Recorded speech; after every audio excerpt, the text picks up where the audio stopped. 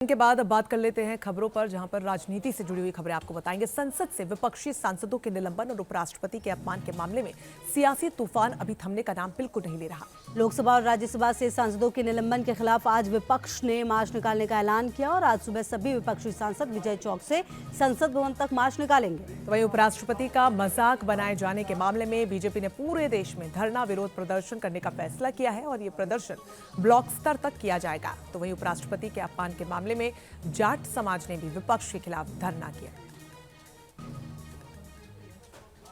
देखिए, बीजेपी पूरी दुनिया में सबसे ज्यादा एक्टिव पॉलिटिकल पार्टी है, यानी शॉर्ट नोटिस में भी अगर चुनाव होते हैं तो भी बीजेपी पूरी तरह से तैयार होगी। और साथ ही इस तैयारी का आधार है रणनीति। प्रधानमंत्री नरेंद्र मोदी इस रणनीति में माहिर खिलाड़ी माने जाते हैं।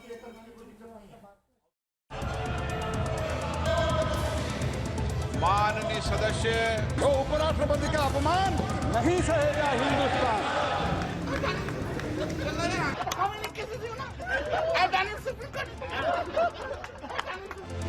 विपक्ष का विक्टिम कार्ड फेल, एक दिन में बदल गया खेल।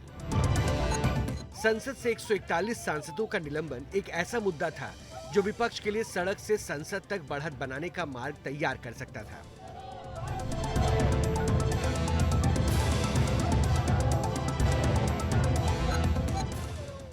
तैयारी भी ऐसी ही थी, लेकिन पीएम मोदी ने रणनीतिक मोर्चा संभालकर विपक्ष के लिए ऐसे व्यू की रचना कर दी जिसमें विपक्ष के वो सांसद और उनकी पार्टी फंस गई जो खुद को विक्टिम बताने पर आमादा थे।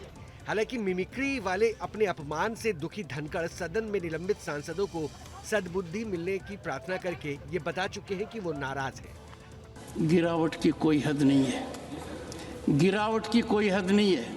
संविधान का अपमान नहीं सहेगा हिंदुस्तान, जिसे बीजेपी ने भी उछाला। लेकिन इसमें विपक्ष के खिलाफ नैरेटिव सेट करने वाला सबसे बड़ा कदम प्रधानमंत्री मोदी ने उठाया।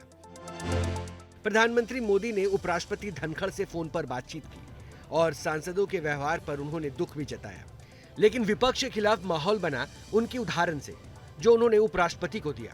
ये उदाहरण था दूसरों का अपमान करने की विपक्ष की नीति।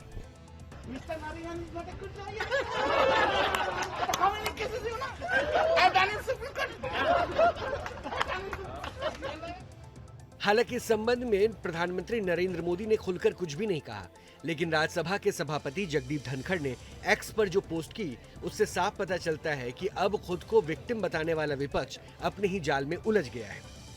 उन्होंने लिखा कि प्रधानमंत्री मोदी का उन्हें फोन आया था और उन्होंने ये भी कहा कि कल पवित्र संसद परिसर में कुछ माननीय सांसदों की घृणित नाटकीयता पर दुख है।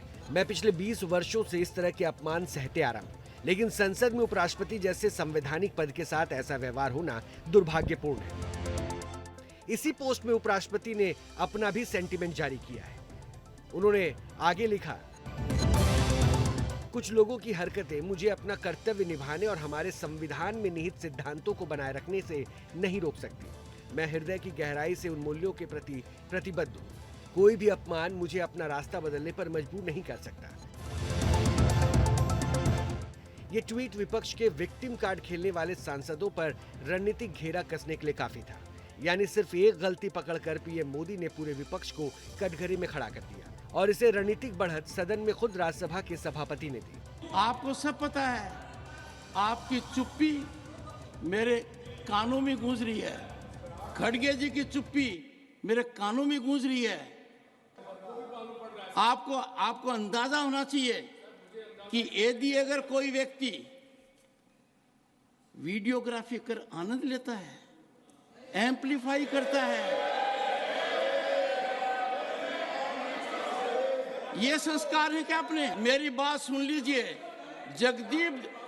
जगदीप धनखड़ की कितनी बेइज्जती करो, मुझे कोई चिंता नहीं है। भारत के उपराष्ट्रपति की, किसान समाज की, मेरे वर्ग की मैं पूरी आहुति दे दूंगा हवन में। मैं खुद की परवाह नहीं करता। अब सभापति के ये शब्द विपक्ष पर भारी पड़ने वाले हैं, क्योंकि इन्हीं शब्दों के साथ विपक्ष के खिलाफ वो मुद्दे छिपे हैं जो विक्टिम कार्ड का सबसे बड़ा तोड़ है। विपक्षी सांसद मिमिक्री को उपराष्ट्रपति पद के अपमान के रूप में पेश किया जाएगा। वो जिस किसान समाज से आते हैं, विपक्ष पर उनके अपमान का कलंक होगा। इसके अलावा वो जिस जाट समुदाय से आते हैं वो भी विपक्ष के खिलाफ खड़ा हो जाएगा। सिर्फ इतना ही नहीं, विपक्ष के व्यवहार को सभापति के कर्तव्य पूर्ति में बाधा डालने के रूप में देखा जाएगा। और मुमकिन है कि ये वर्ष 2024 का मुद्दा बने, क्योंकि जब जब विपक्ष ने सरकार को घेरने के लिए कोई रणनीति बनाई है, तब तब हुई छोटी सी छोटी गलती विपक्ष पर भारी पड़ी है।